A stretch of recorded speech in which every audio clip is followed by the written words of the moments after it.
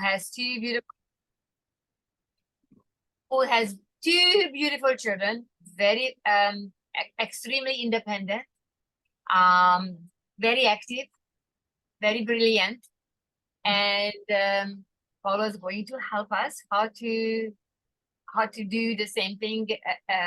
Basically, how to have children to eat healthy so they can be happy, they can be active, they they can also not to give mom and dad a hard time when it comes on the food time, because sometimes the lunch or dinner times are not that easy for parents. So we need some input from you, because lots of us are struggling.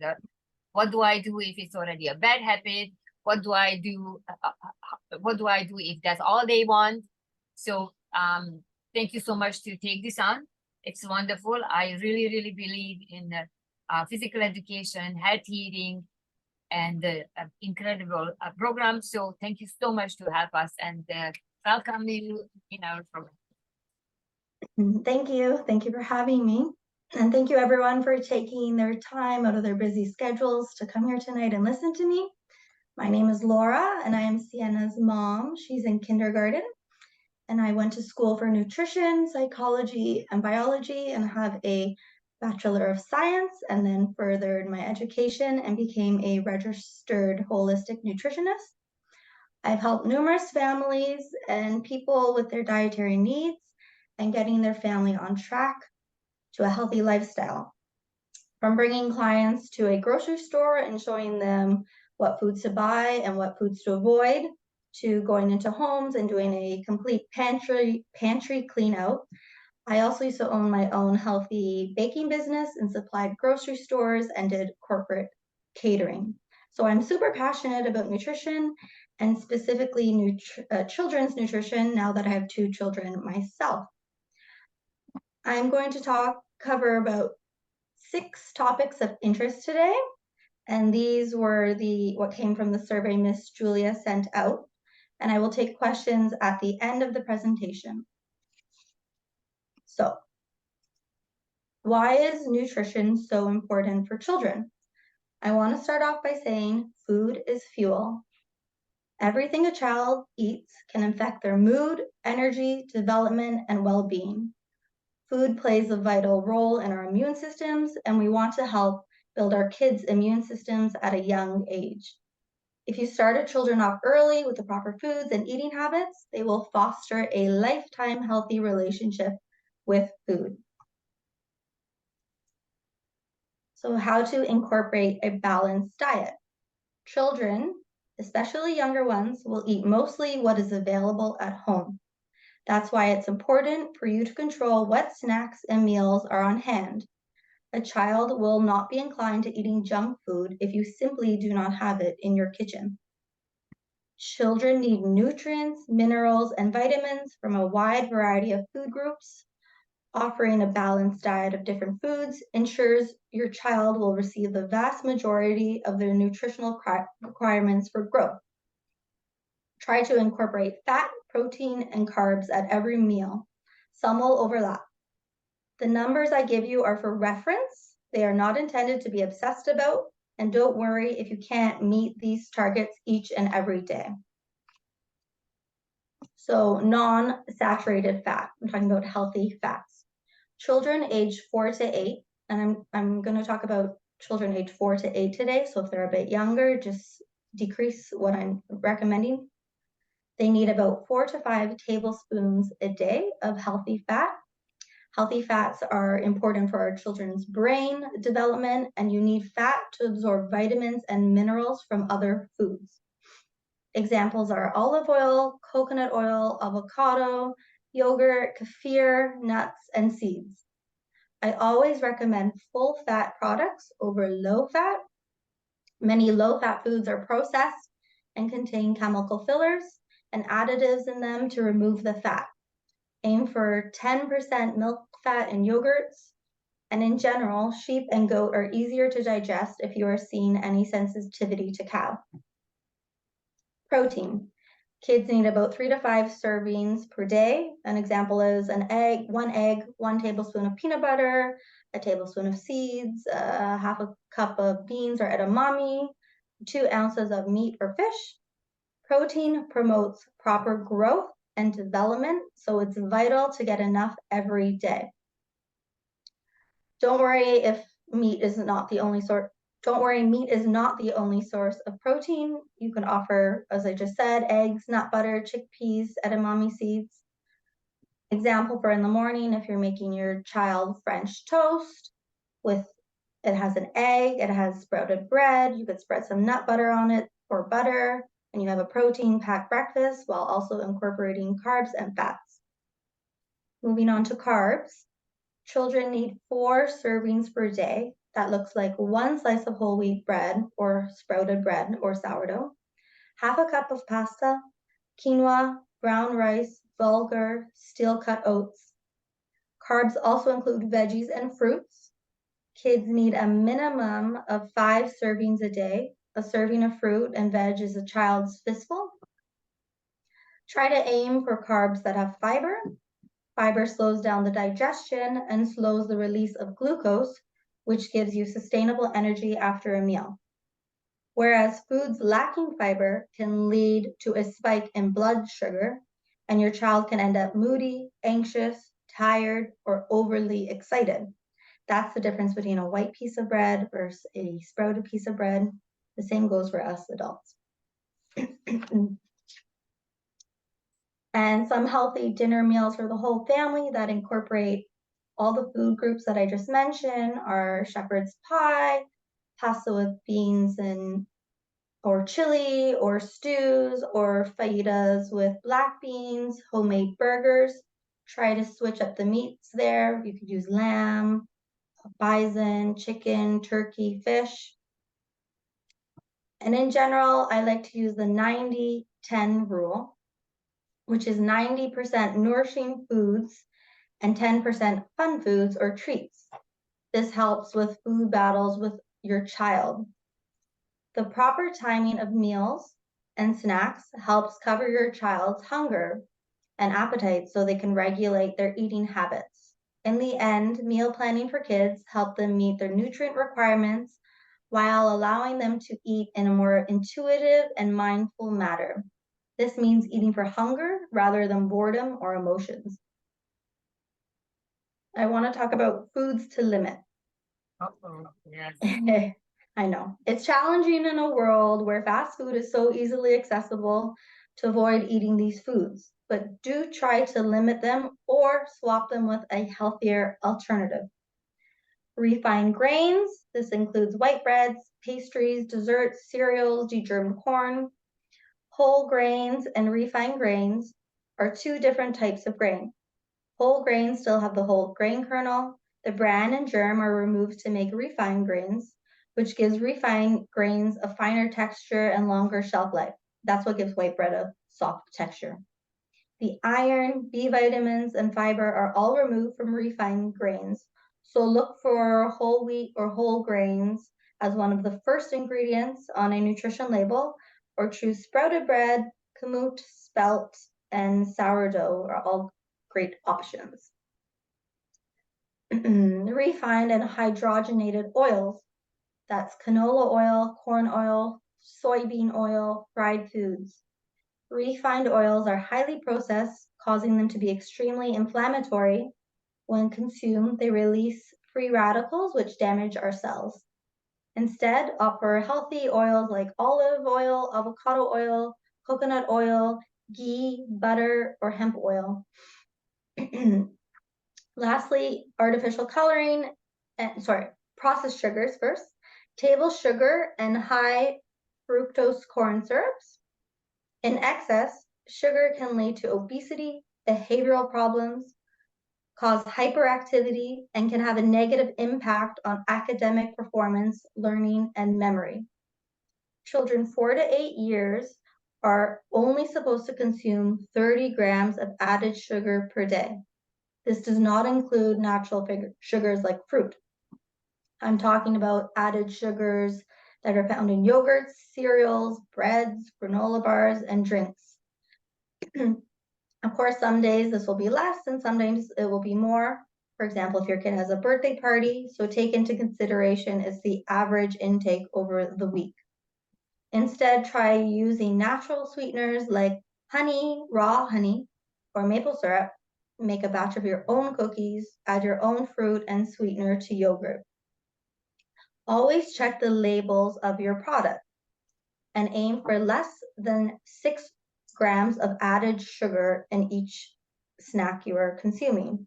For example, a Healthy Crunch banana granola bar, this one here, has 2 grams of added sugar, and a Made Good berry granola bar contains 6 grams of added sugar. Versus a Bear Paw and a Quaker Chewy Dip, they contain 13 grams of added sugar. Plus, their ingredients are much more inferior overall. Another popular snack that kids love is Starbucks, their cake pops. They have 16 grams of sugar just for one cake pop, and their chocolate chip cookies have 32 grams. I'm not trying to shame any parent who is buying these for their kids, but rather I'm just informing you on how much added sugar they actually contain. So try to limit these to special occasions and one-offs.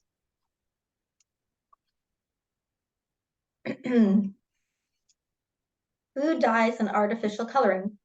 Although not all children are sensitive to food dyes, scientific studies suggest that consumption of synthetic food dyes are associated with adverse neurobehavioral effects, such as inattentiveness, hyperactivity, and restlessness in sensitive children. Studies say children should limit their artificial consumption load to 50 milligrams a day. If you take a look at this chart here, a pack of Skittles contains 33 milligrams, and a small box of Fruit Loops contains 14 milligrams. So take that into consideration. And try to avoid these 4 dyes, which are in candies, medicines, and foods like ketchup, the Allura Red, Tartrazine Yellow, Sunset Yellow, and Brilliant Blue. Those are the 4 worst dyes for you. Instead, purchase products with natural food coloring from vegetables and spices. As we head into Halloween, remember to read labels and find healthier versions of your child's favorite candy that do not contain artificial dyes and refined sugars. There are also brands like Yum Earth and Smart Sweets, and this one that I share here, Wholesome, that have healthy candy alternatives. Try not to make a big deal when restricting or limiting these foods with your children, or else they become more obsessed to have foods that they cannot have. It's only human nature to want what we cannot have. Now I'm going to talk about picky eating. This has to be the #1 topic that I often get from parents. If you already have a picky eater, here are my suggestions, and this is my #1 piece of advice. Make one meal for everyone. First of all, it's easier on you. Children are more motivated to eat what everyone else is eating at the table. Always offer a safe fruit or vegetable on the plate, as once they start eating that food, they are more inclined to try what else is on their plate. If they refuse eating the meal, do not cook or offer anything else. #2, allow your child to help in the kitchen. When you have time, let them help you by cutting or assembling the food. It makes them feel proud and are more likely to try what you have both made. #3, serve different textures and sizes. Cut up veggies really small or into a shape that they have not tried before. Use cookie cutters to make fun shapes for fruits or for breads. Serve your meal to be assembled. For example, on fajita night, let your child make their own fajita and choose from all the different fillings on the table. Children are more inclined to try different things this way if they are allowed to choose themselves. #4, do not bribe with dessert. Try not to say, if you eat this, you can have dessert. Making a food dependent on how they eat or don't eat another food is not going to help you reach long-term goals, even if it works in the moment. It puts it puts dessert on a pedestal and tells them that they have to earn it. On that note, don't restrict, don't make a big deal about dessert, have healthy alternatives, because a child will feel restricted and only desire dessert even more. Number 5, do not offer bedtime snacks if the child does not eat dinner. This will only become a habit. Grazing usually leads to worse picky eating. If a child isn't hungry at dinner, cover their plate and serve it later when they are asking for a snack. Also, do not offer snacks within an hour of dinner time. This will fill them up and ruin their appetite.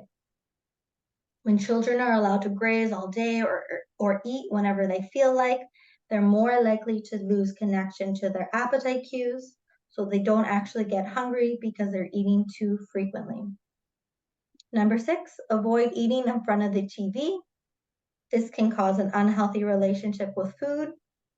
I know life can get busy with everyone's schedule, but try to aim 5 dinners a week where everyone gathers around the table together as a family. Structure is very important for children. And number 7, do not force child to finish their plate.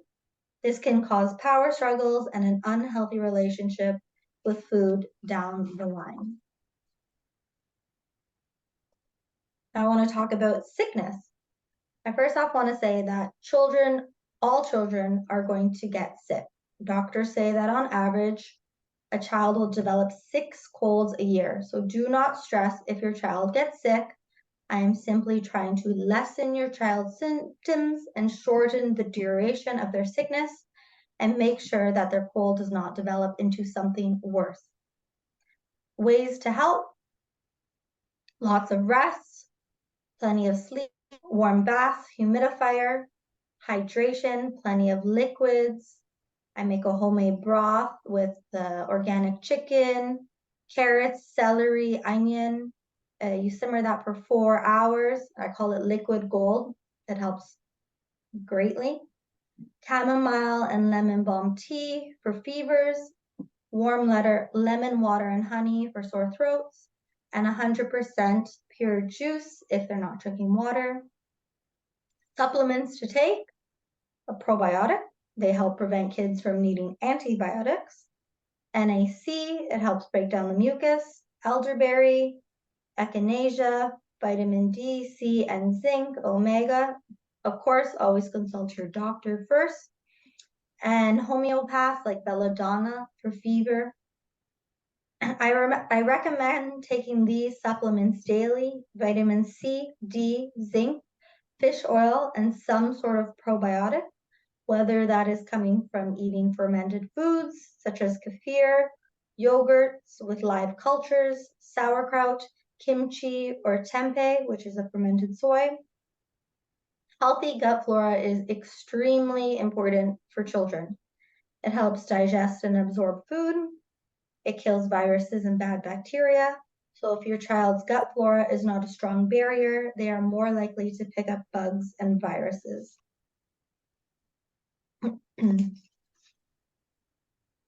Poor gut flora can also lead to allergies, asthma, and eczema.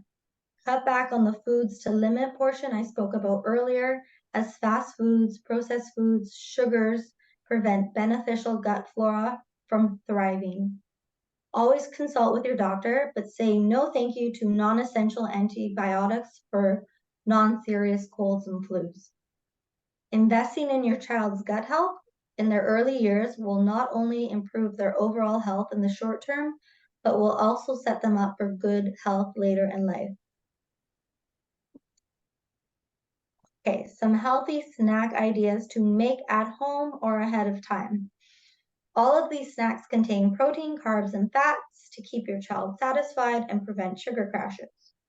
So you can make your own granola, ditch the breakfast cereals, and make a big batch. You can sprinkle it on yogurt, whether that's dairy-free yogurt or regular. It's super simple. You get some oats, chopped nuts, seeds, coconut oil, honey, and bake it.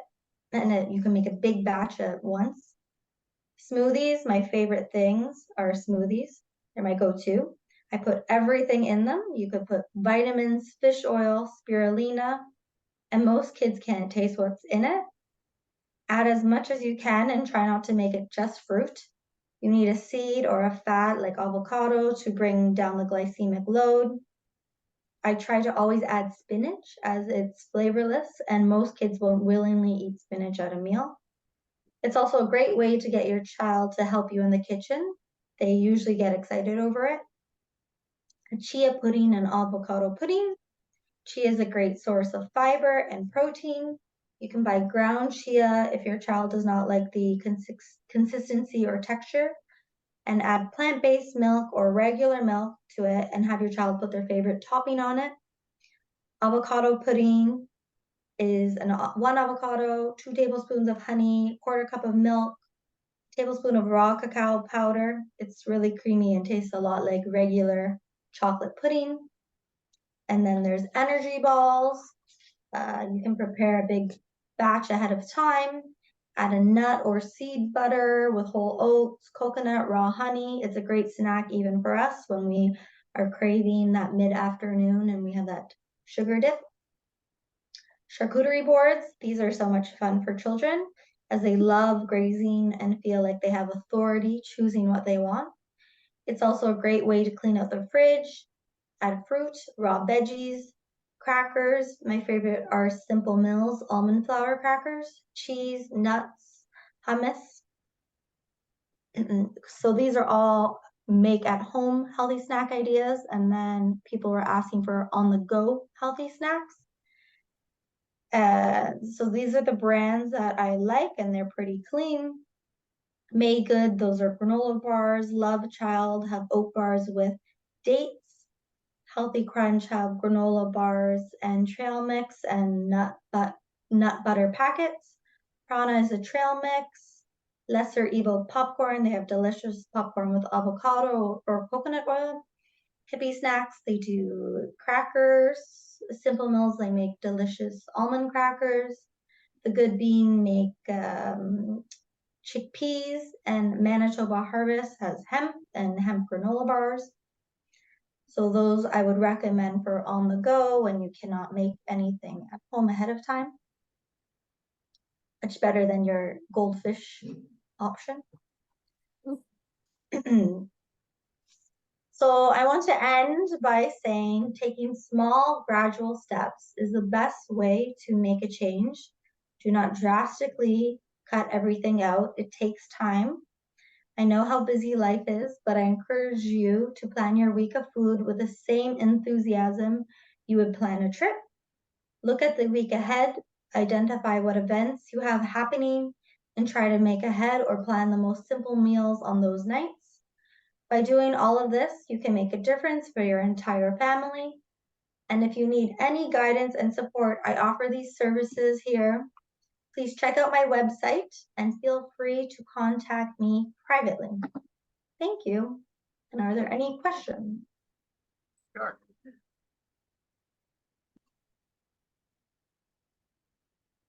That's it. I am finished. I'm sure we're gonna have some, it's almost impossible we don't have any questions because I know. it is heartbreaking to see if they want something and it's full of sugar and Mhm. That's why my recommendation is a healthy alternative. Kids don't even understand that what you're giving them, there's always an alternative out there, especially in this day and age. There's so many good healthy lines out there. Go to Ambrosia and you can find much healthier snacks than your regular grocery store. They literally make everything the exact same, and children don't understand the difference. yes. Yeah. And it's interesting to see them since we are serving now all these salads and basically lots of salads in all kind of forms and all kind of cool dressing on it. Smells so good, and the one who is not used to eating these things just looking at what these guys are eating that, and after Right. after a couple of days they start to eat it, and we with the young ones, we have absolutely no problem.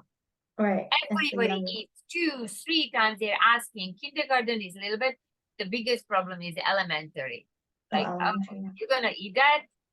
Are Yeah. you joking? So I it's know. a little bit harder when you are 8, 9, 10, and the habit kicked in. But it's not as far as you said. It's not too late. Yes, exactly. I recommend slowly changing the diet. If you do it drastically, you're going to build resistance in children. So you just have to slowly incorporate healthier foods and take out the unhealthier foods over time. It takes time. It's not overnight, but it can happen. And children's palates change and your taste buds change every 60 days. So they could learn to like new things. Yeah. I think there's a question for you on the chat. Yeah. It says, hi there. How do I deal with a child who has started saying yuck and throwing food that they were previously like eating? I know. I understand that one. So I recommend consistently offering it, even though this happens to Sienna, my own daughter. She'll say yuck. You offer it, don't make it a big deal, put it on the plate, put it on the middle of the table, or you eat it yourself. I swear children always want whatever you eat as an adult. They always want to try what you eat. And then slowly they'll come back to it. If they don't like it that day, keep trying. Don't give up. My advice is to keep trying multiple times. And eventually they'll come back to it and they'll eat it.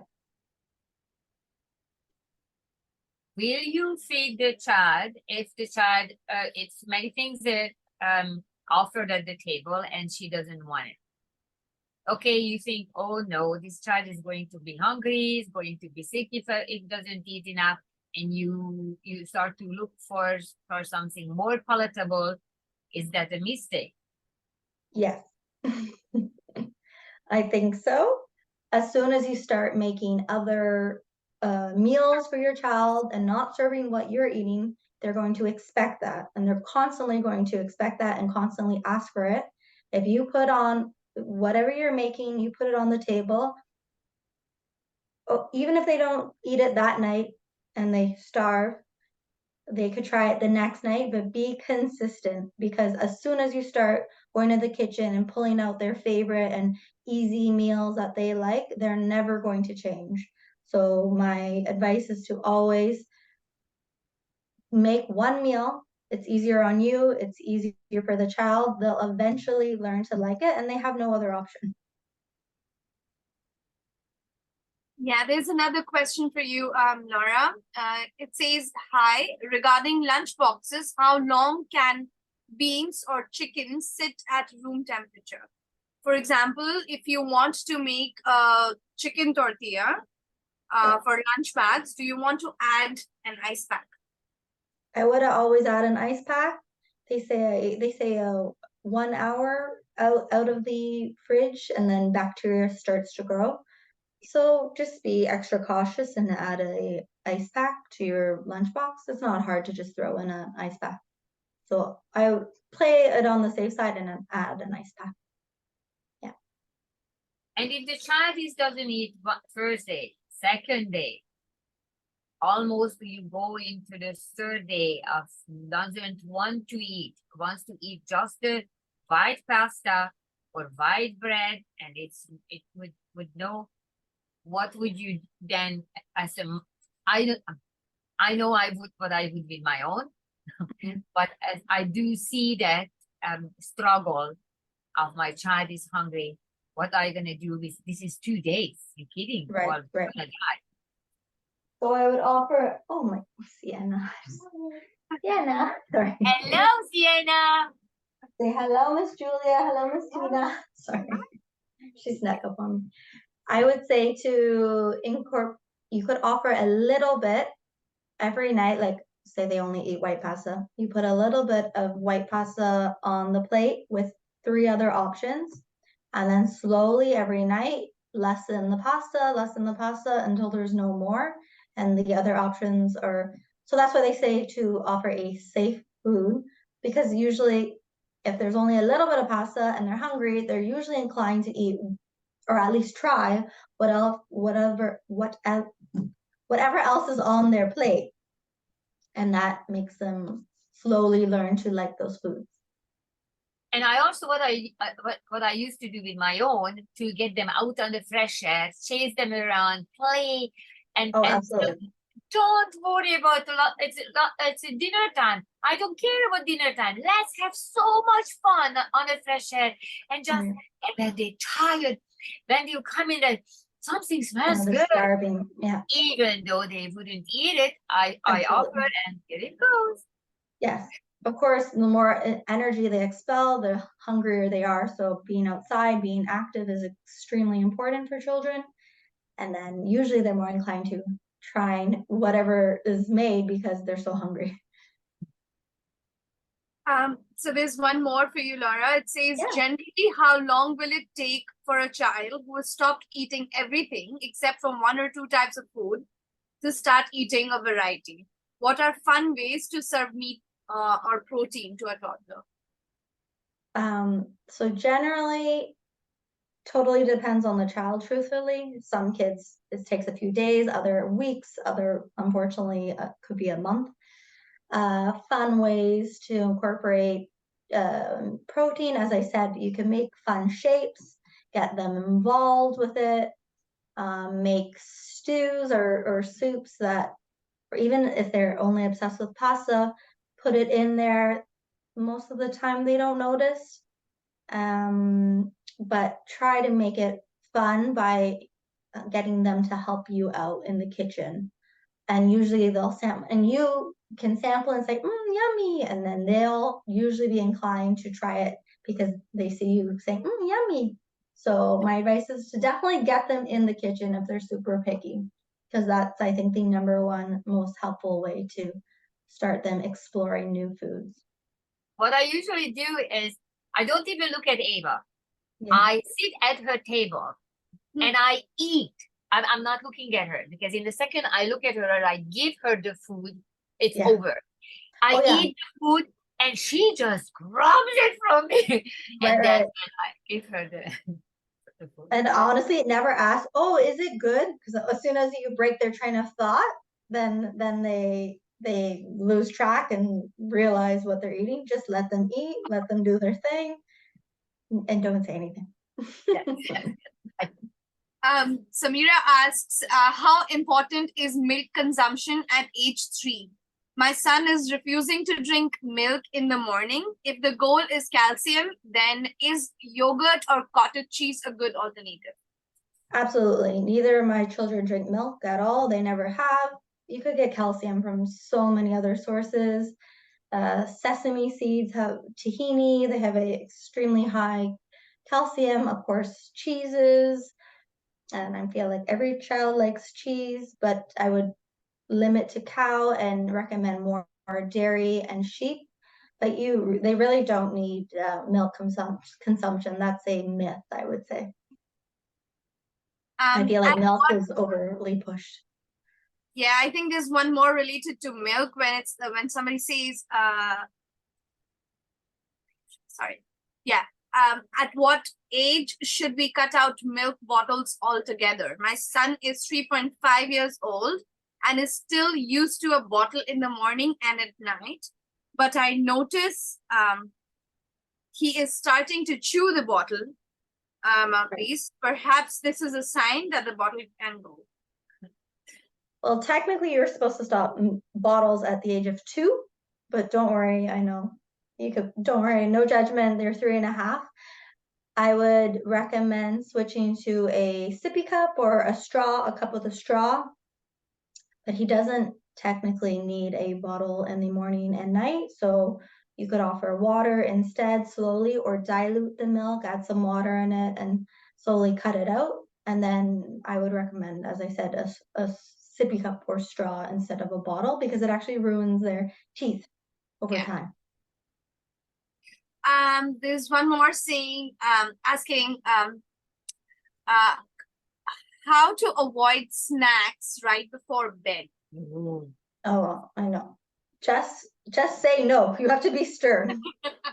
Absolutely stern. As soon as you give in and you start giving them snacks, then they expect it. It becomes routine. They want it every night. That's what happens. It becomes routine. They think, oh, mommy or daddy is giving me a snack every night, then I get a snack every night. Just you have to be stern and cut it out. And trust me, kids will forget after maybe 3 days. Sienna used to do that too. She'd say, oh, mommy, I want a snack before bed. And I gave her a banana once. Then she wanted a banana every single night. Not that a banana actually promotes magnesium, which helps you sleep. Then it became like she wanted more snacks at night. And I just wanted, no, you cannot have any more. And she forgot about it after a few days. So that's my recommendation. How dangerous is juice and dry fruits? I don't like juice, but there's different kind of juices, right? So I know not everyone does this because they're not a nutritionist, but I make my own juices with a cold press juicer. So of course those are extremely nutritious because you're juicing your own juice, and you get all the enzymes and nutrients and minerals and vitamins, and it's fresh. But in a juice box, it's not the same thing. It's not the same quality. So I don't recommend juice. But nowadays, so many grocery stores sell cold pressed juice. I know it's expensive, but if you buy it, if kids want it once in a while, like I live really close to Summerhill Market, they do cold pressed juices in a bottle. And if Sienna ever wants a juice, I get her that, and that's the only juice that she can have. I don't give her juice boxes because those aren't real juice, and it's just 100% sugar right to the system, and then it usually causes them to crash. So I recommend cold pressed juice. I know it's expensive and I know it's time consuming, but there's options out there. A lot of places sell them if you're going to give juice. And dried fruits, and also those it's in a tubes, those fruit product, it's in a tube. Oh, fruit pouches? Yes.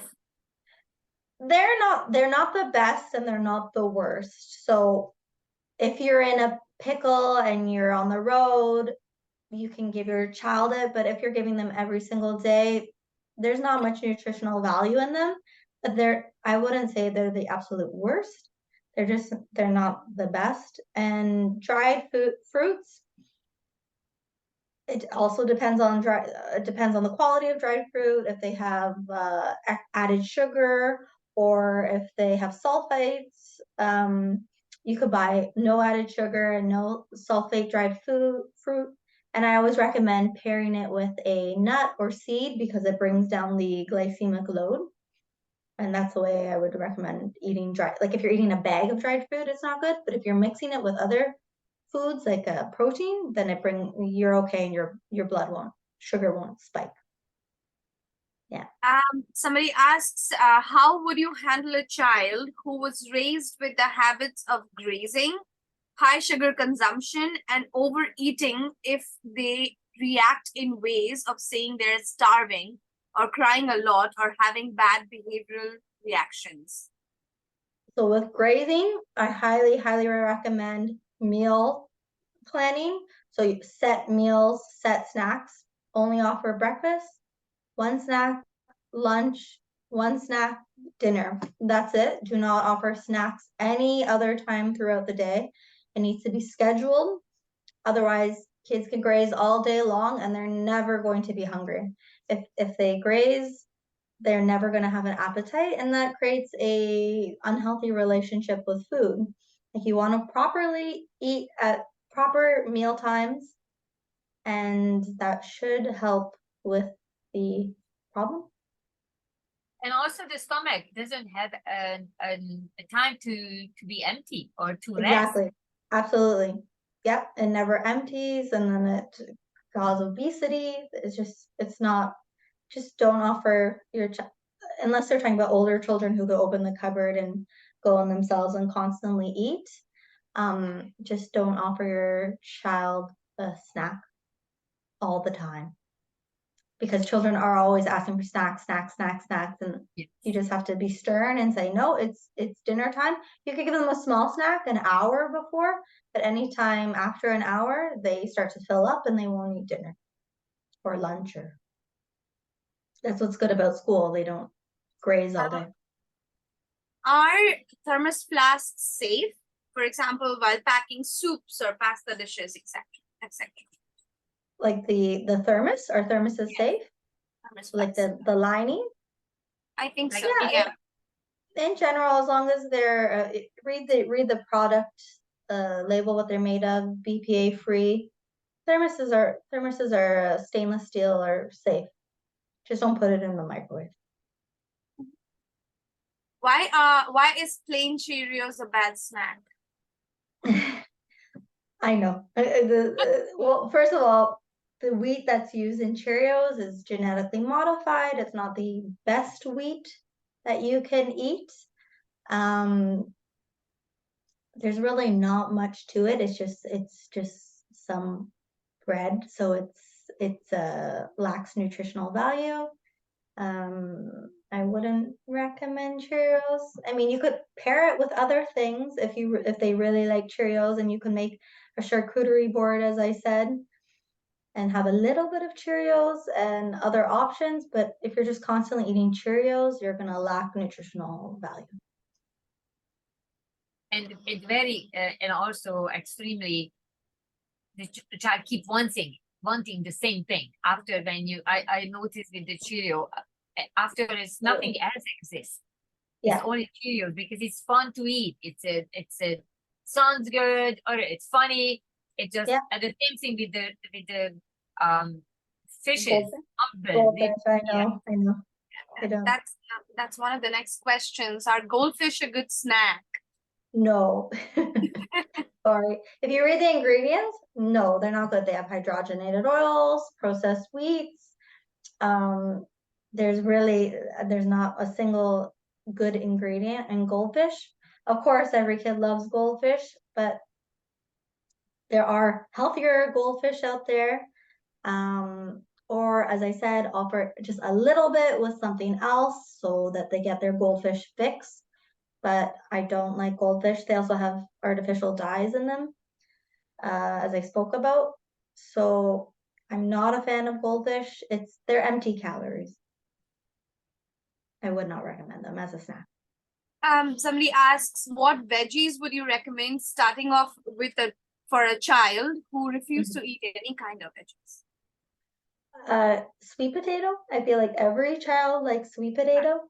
It's sweet. It's kind of mushy. The texture is okay. You could add healthy olive oil on top, a sprinkling of Himalayan sea salt. And honestly, most children I know like sweet potato. That's the first one to start off with. Carrots, so vegetables that are on the sweeter side, not raw carrots, but like a steamed carrot. Roasted carrot, same thing, olive oil, sea salt. If you just give children bland vegetables, like bland broccoli or steamed broccoli or steamed carrots, they're not going to usually like it. I find roasting vegetables is the #1 way to get children to eat vegetables because they have more flavor.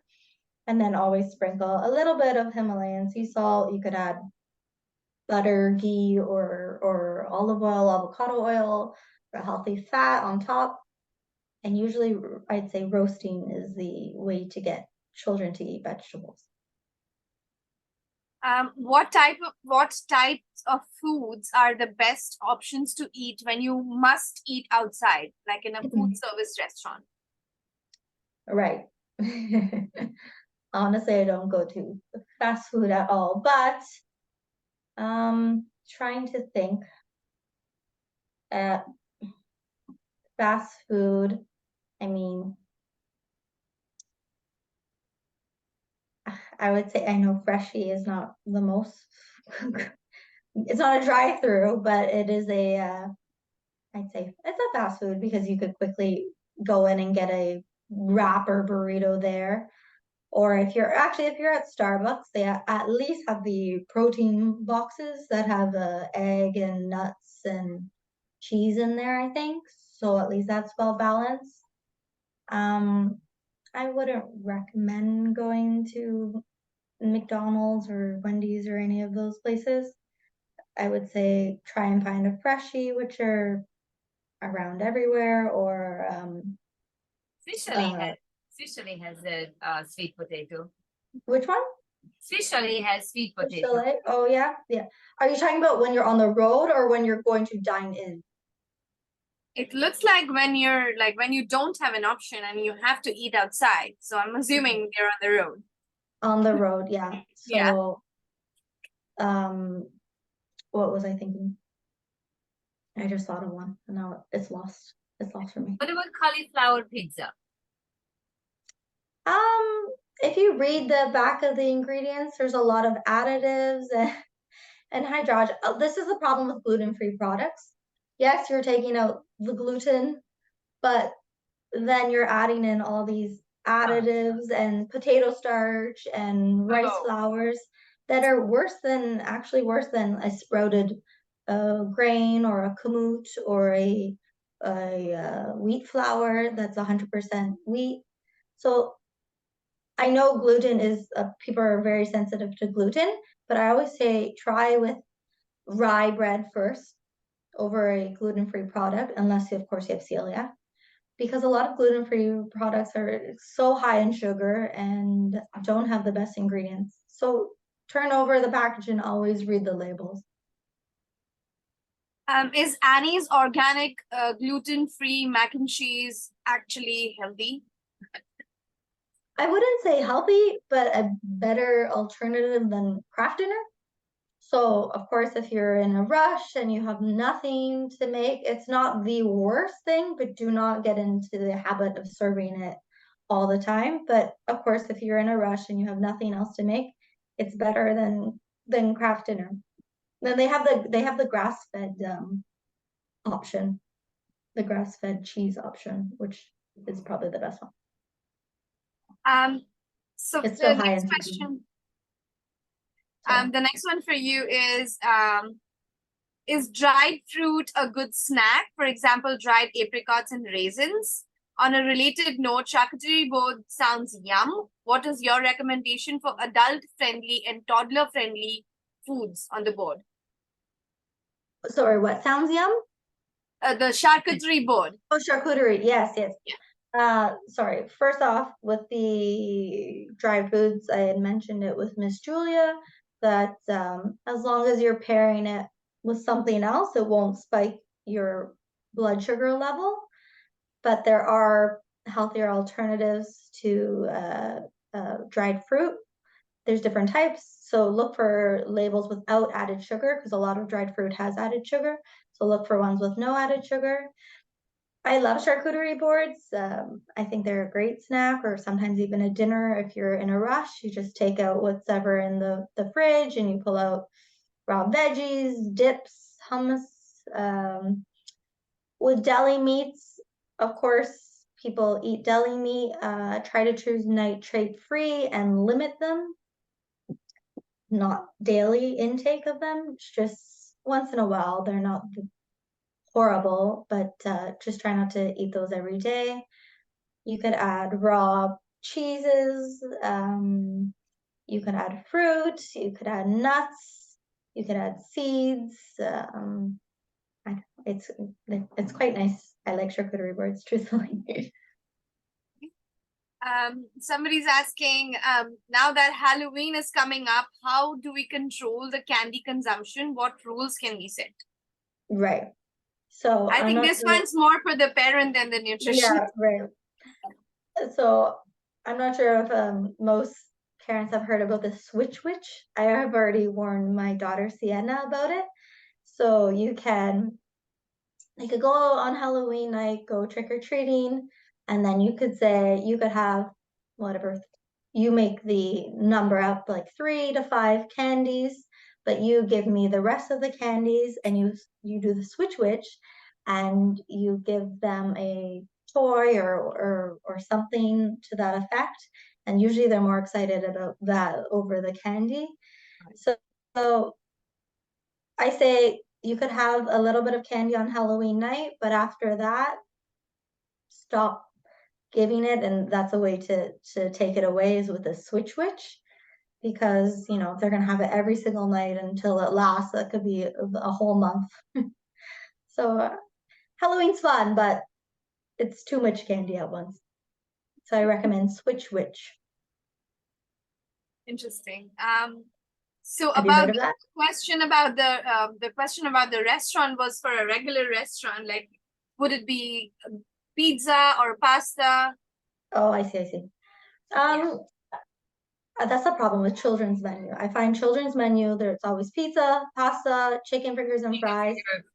So truthfully, what I do is I order my main meal or an appetizer, and I give it to my kids, and I divvy it up, and I order off the adult meal, because it's usually way healthier than chicken fingers and fries.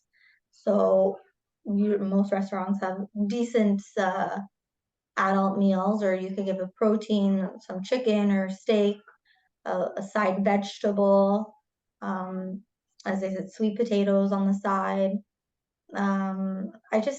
I don't like children's menu. And then I go to Florida all the time, and their children's menu is way better in Naples, this is at least. And they have so many options, such healthy foods. And then we come here and it's always chicken fingers and fries and pizza. So I wish we had that here, truthfully, but I would recommend either ordering an appetizer or if you're willing to share your meal, share your meal with them. But honestly, I don't order off the kids' menu ever, unless it's a healthier place. Somebody asks a questions about grocery stores. What kind of food do you think they can buy from grocery stores? Just healthy. What kind of foods they can buy from grocery store? So I always say walk the perimeter. So if you walk the aisles, usually that's where all the naughty stuff is found. And all the produce is around the perimeter, dairy, meats, whole grain breads. And then the only aisle that's okay to me is like the beans, dried beans, but the chip aisle and the snacks aisle, they're not the best. So if you want to go for snacks, if you live in the area, I recommend Ambrosia. They have a ton of healthy snacks. Or a little bit north is Nature's Emporium. There's the Sweet Potato, which is at Bayview and Eglinton. They have great food and great snacks. I'm Yeah, sorry to interrupt you, Laura. I meant yeah. like the food that you buy, like the chicken or the like mashed potatoes, like the foods that they offer. Oh, like a hot table? Hot table, that's exactly what I mean. Got it. So what to choose from a hot table? Yeah, like instead of buying pizza, like can we use grocery stores? Their hot Right. So food. what grocery store do you shop at? Like anyone, Metro, Loblaws, like instead of getting like a So McDonald's. Loblaws, I would recommend like a rotisserie chicken. It's not fried. There's no hydrogenated oils. Or like Longo's has a pretty decent hot table. If you shop there, they have lots of vegetable options and chicken. And if you're making like a little platter of it, you could add a variety of food so your child will nibble at a bunch of things. Like even the meatballs are usually okay. Okay, What so would else is that there? be a better alternative if we're out? Because we find ourselves busy on Saturday and Sunday often. Right. And instead Yeah. of getting like a McDonald's meal or any other fast food meal, would it be better to go to a grocery store and get the hot foods from there? For sure. Even yeah, for sure. I would recommend going into a grocery store and finding, as I said, like honestly, a rotisserie chicken is the best option. I know like that's not the most easy one to eat, but you could tear it apart and you could add other vegetables on the side, or depending on what other grocery stores.